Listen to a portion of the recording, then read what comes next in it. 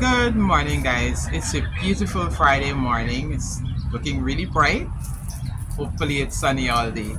I'm here continuing in Luke chapter 8 and coming down a little further. We have this episode here beginning in verse number 43. As Jesus went with him, he was surrounded by crowds. A woman in the crowd had suffered for 12 years with constant bleeding, and she could find no cure. Coming up behind Jesus, she touched the fringe of his robe. Immediately, the bleeding stopped. "Who touched me?" Jesus asked. Everyone denied it, and Peter said, "Master, this whole crowd is pressing up against you."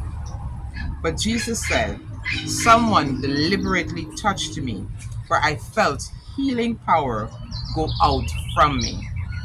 When the woman realized that she could not stay hidden, she began to tremble and fell on her knees in front of him. The whole crowd heard her explain why she had touched him, and she had been immediately healed. "Daughter," he said to her, "your faith has made you well.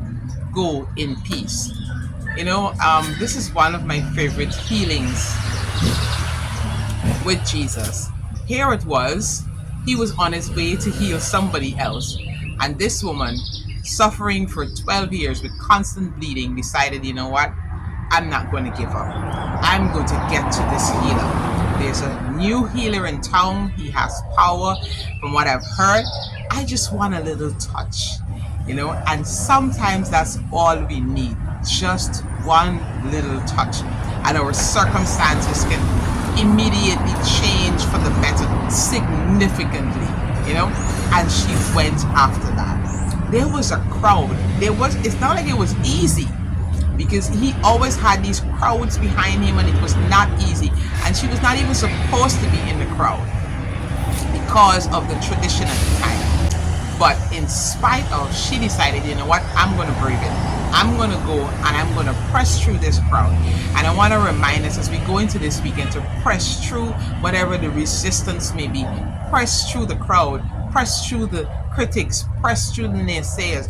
Press through the obstacles until we get to Jesus, because there's that one touch is all it needs. And I don't think he wanted to embarrass her, but because her issue was an embarrassment itself, and the community normally sidelined you when you had an issue of blood. And I think he needed to ensure that the people around her knew that she was now healed, knew that it was okay for her to come and mix and meddle with the crowd, because she was not in this shameful position of losing blood. In those days, you were considered unclean, and so you were not supposed to meddle. I'm pretty sure she may have had, her things gone down, some kind of disguise in order to allow her to be in the crowd, because it was not allowed. It was not supposed to be. She was supposed to be segregated, put in a corner because she had a problem.